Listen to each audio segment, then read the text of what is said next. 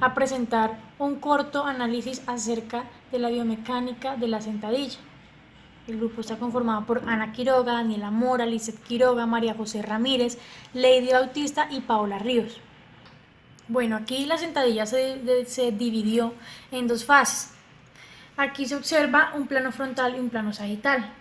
En la primera fase, el sujeto debe mantener la espalda completamente erguida en todo momento e iniciar el descenso con una flexión de cadera y rodillas hasta la flexión dorsal del tobillo, por medio de contracciones excéntricas de los extensores de la cadera, de rodilla y de los flexores plantares del tobillo. En la segunda fase se evidencia el ascenso. Se hace extensión de caderas, de rodillas a través de contracciones concéntricas de los músculos agonistas respectivos. Bueno, la fase escogida fue la primera fase. En esta posición se tienen los miembros superiores en extensión de codo con flexión de hombro, la espalda completamente derecha con los músculos dorsolumbares contraídos de manera isométrica, flexión de cadera apoyada por los miembros inferiores, los cuales realizan el equilibrio, acompañados también de las extremidades superiores, en donde la flexión de cabeza, debido por el enfoque visual inferior de la persona, manda al centro de masa más anterior, buscando contrarrestar y mantener la estabilidad en dicha posición.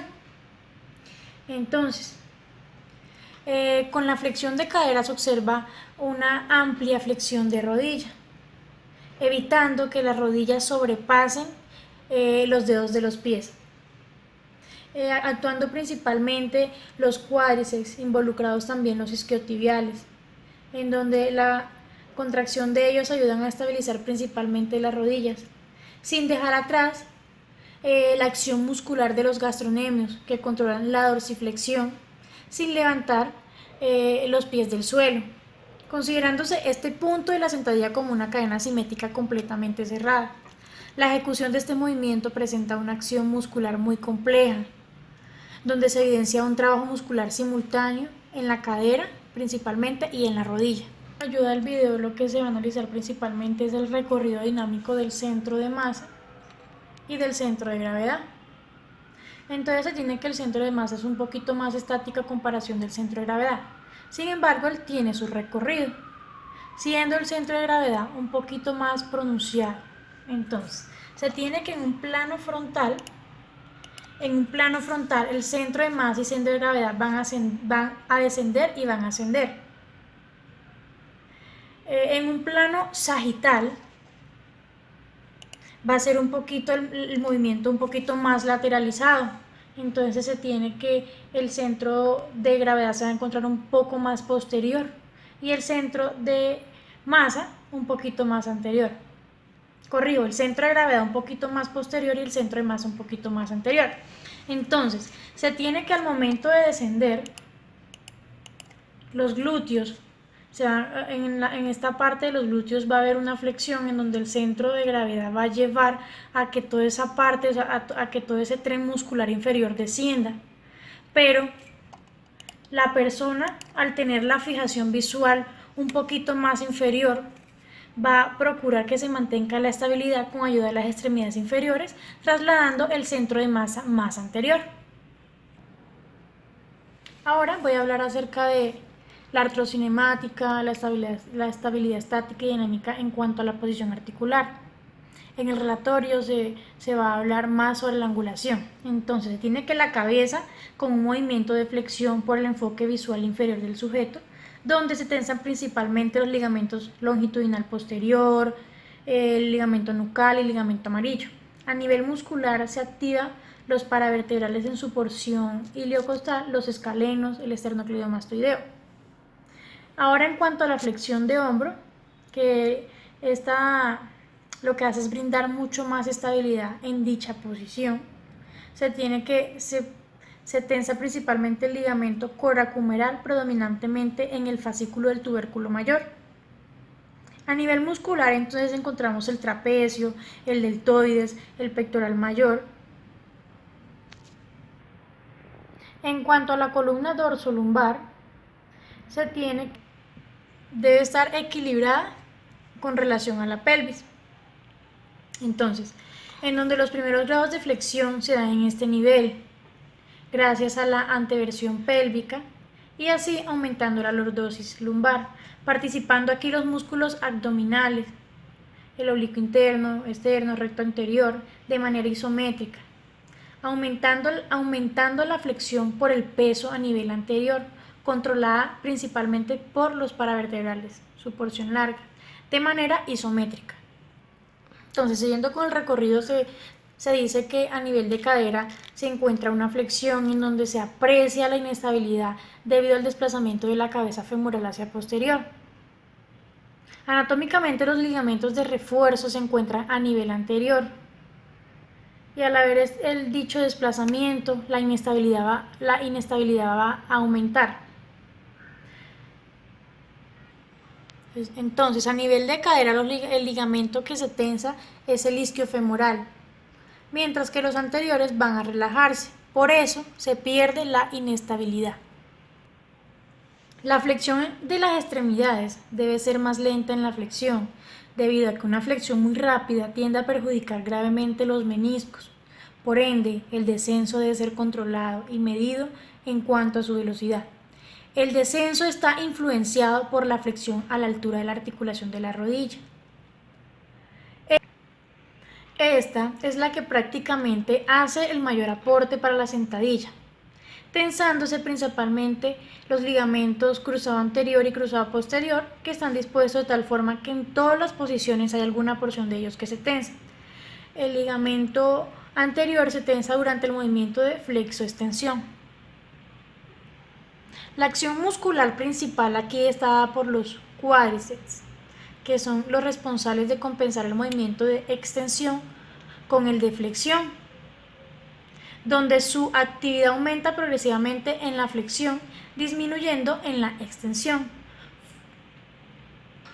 funcionando principalmente como estabilizadores a nivel de la rodilla. A medida que se desciende y la flexión de la rodilla se amplía, se produce un aumento de las fuerzas de reacción de la articulación femoropatelar. Por otro lado, el glúteo mayor trabaja de forma excéntrica a nivel de la cadera en el descenso. Cuando se inicia la fase de ascenso, actúa de forma concéntrica para contrarrestar la fuerza de gravedad. También trabajan los isquiotibiales, principalmente en la fase de ascenso. Ellos trabajan de forma excéntrica durante el descenso debido a su acortamiento en la rodilla y que se alargan en la cadera, y de forma concéntrica en el ascenso de la sentadilla debido a que se alargan en la rodilla y se acortan en la cadera. Ahora, por último, pero no menos importante, en cuanto a la articulación de cuello de pie, el rango de movimiento es mucho menor en relación con el de la rodilla. Por eso, mientras está en descenso, el muslo se tiende a aproximar hacia la parte posterior de la pantorrilla. En este punto la dorsiflexión llega a un límite. Se ven involucrados principalmente los ligamentos calcáneo-peroneo, ligamento astragalo-peroneo posterior, peroneo astragalino anterior, ligamento astragalino calcáneo, ligamento tibio astragalino posterior y por último el tibio calcáneo, principalmente sus fibras posteriores. Entonces, en esta articulación, la acción muscular está dada principalmente por los gemelos. Su actividad aumenta cuando la flexión de la rodilla es mucho mayor, en donde su pico de acción se da con una flexión entre 60 y 90 grados, al haber una dorsiflexión en dicho tobillo durante el descenso y una plantiflexión del mismo durante el ascenso. El gemelo se contrae de manera excéntrica durante el descenso para ayudar a controlar el ángulo de dorsiflexión del tobillo y concéntricamente durante el ascenso, controlando así la plantiflexión. Bueno, respecto al porcentaje de cargas, va a ser muy breve, en el relatorio va a estar un poquito más explicado. Entonces se tiene un plano sagital y un plano frontal, un plano sagital con una división antero-posterior, en donde es evidente que la mayor concentración de carga se encuentra a nivel posterior, con una equivalencia del 73%, y a nivel anterior, donde está la cabeza, con la inclinación, con la flexión y las extremidades superiores dando ese equilibrio con un total del 27%. Entonces del 100%, el 73% equivale al plano posterior. Ahora, a nivel frontal, se tiene una lateralización derecha-izquierda, en donde se logra observar que la mayor concentración de carga se encuentra mucho más a nivel izquierdo, debido a que la cabeza, aparte de la flexión que se evidencia en plano sagital, tiene una inclinación hacia el lado izquierdo, en donde se logra observar también que el mayor apoyo se evidencia en la extremidad inferior. Y pues para dar esa estabilidad en la extremidad superior izquierda se encuentra con abducción a comparación de la derecha. Bueno, el porcentaje de carga en cuanto al nivel frontal se logra evidenciar mucho más en el relatorio.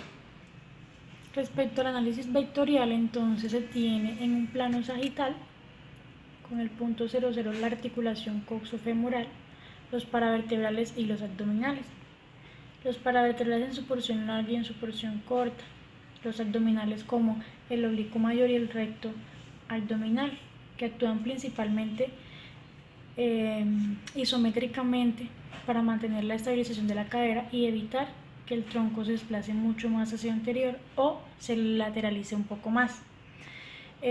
Ahora, en cuanto a la función, en cuanto al origen, en cuanto a la inserción, el relatorio se encuentra mucho más explicado. Bueno, ahora en los cuádriceps, a nivel del tren inferior, de la musculatura del tren inferior, se tiene un plano sagital con el punto 00 en la coxofemoral, donde se logra evidenciar el vector de fuerza del cuádriceps y de los isquiotibiales. El cuádriceps en esta fase actuando principalmente de manera concéntrica, mientras el isquiotibial de manera excéntrica. En cuanto al comportamiento del tejido que está principalmente afectado, es el músculo.